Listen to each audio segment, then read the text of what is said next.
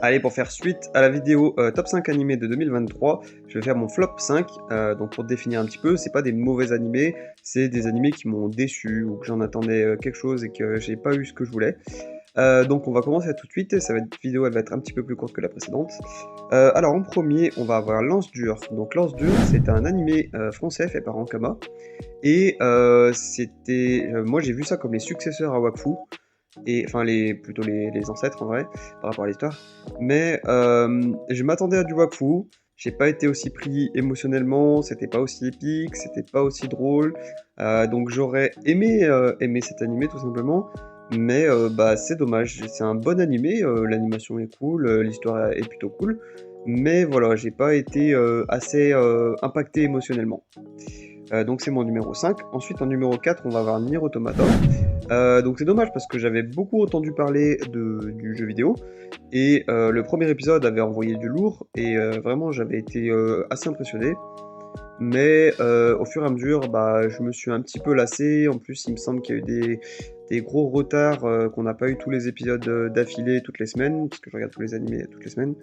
Voilà, j'aurais aimé, mais l'histoire m'a pas forcément tant intéressé que ça. Malgré qu'il y a des moments un peu contemplatifs, assez cool. Mais voilà, j'ai été un petit peu déçu par rapport à ça, donc c'est mon numéro 4. Ensuite, on va avoir Pluto. Alors Pluto, je m'attendais vraiment à un truc de fou. Pour tout te dire, j'ai commencé Monster de Naoki Urasawa et je m'attendais à quelque chose de aussi intense.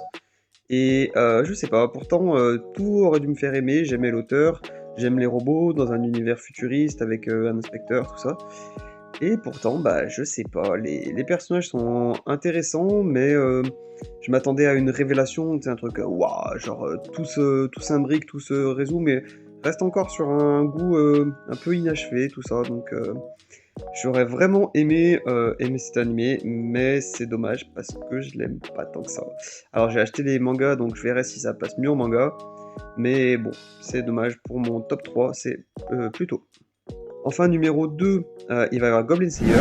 Donc, Goblin Slayer, moi je les ai tous achetés en manga après avoir vu la saison 1. Et la saison 1 était assez cool parce qu'elle était quand même gore. On voyait quand même les motivations du personnage principal, on voyait l'évolution. Et puis je sais pas, déjà avec le film, j'avais observé un petit peu un manque de rythme. Enfin, j'avais perdu un petit peu en intérêt, je l'avais trouvé un peu mou. Et non seulement il y avait ça dans la saison 2, mais en plus ils ont augmenté le fanservice. Donc je vais voir si ça y était déjà dans le manga parce qu'ils ont rattrapé le manga. Mais j'ai vraiment été déçu. Un manque je sais pas, d'ambition. Il n'y avait pas grand chose de marquant dans cette saison. Et donc voilà, j'ai été un peu déçu. Là, je me suis accroché quand même jusqu'à la fin, mais j'ai clairement failli drop à la moitié de l'animé. Donc voilà pour Goblin Slayer. Et avant mon top 1, je vais te dire quelques petites mentions honorables. Il va y avoir Machel. Bon, ça, j'avais été un petit peu prévenu par. Donc, elle s'appelait Lapindicite à l'époque, mais c'est Lapin tout simplement maintenant. Qu'elle avait été déçue. Mais voilà, il présentait ça comme un shonen. J'ai trouvé ça ni épique ni drôle. Donc, bon, j'ai pas regardé plus de 2 épisodes, il me semble. Ensuite, il va y avoir Undead Unlock. Pareil, j'ai pas du tout accroché au délire. J'ai regardé un petit peu, j'ai regardé 3 épisodes, je crois, donc c'est plutôt ok, sans plus, voilà. Et enfin Trigun. Trigun, c'est un petit peu comme Pluto. Je m'attendais à un univers dans l'espace, futuriste, assez cool, assez stylé, renouvelé, mis à jour. Mais voilà, déjà, c'est des petites histoires indépendantes. Enfin, en tout cas, de ce que j'ai vu. Et je sais pas, j'ai pas été pris. Enfin, ça m'a pas énormément intéressé au final. Donc, je pensais que ça allait être un de mes gros coups de cœur. Et puis finalement, pas tant que ça. Et enfin, ça va encore me tailler dans les commentaires, mais si t'avais aimé la vidéo jusque-là, lâche ton like parce que ce sera peut-être plus le cas après ce top 1. Et donc du coup, je vais parler de l'attaque des Titans, la dernière partie. Et ouais, moi je suis un gros fan de l'attaque des Titans et je m'attendais à un truc carrément épique, à des révélations de ouf et tout. Et j'ai été un petit peu déçu. Alors j'arrive pas trop à mettre le doigt sur pourquoi j'ai été déçu, mais je sais pas, Enfin, la fin ne m'a pas satisfait. Je sais pas, je m'attendais à plus épique, je m'attendais à plus d'explications, je m'attendais à une fin différente, je sais pas. Donc voilà, ouais, pour l'attaque des Titans, Je sais pas trop pourquoi, mais ça m'a pas autant emballé que ce que je pensais.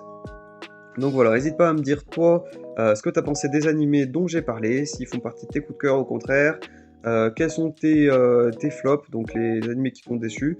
Et je te souhaite en tout cas une bonne année, je te reverrai pas avant l'année prochaine. Et voilà, passe de bonnes fêtes avec les gens que tu aimes, qui t'entourent. Et n'hésite pas à aller voir mon top 5 si c'était pas déjà le cas. Allez, ciao!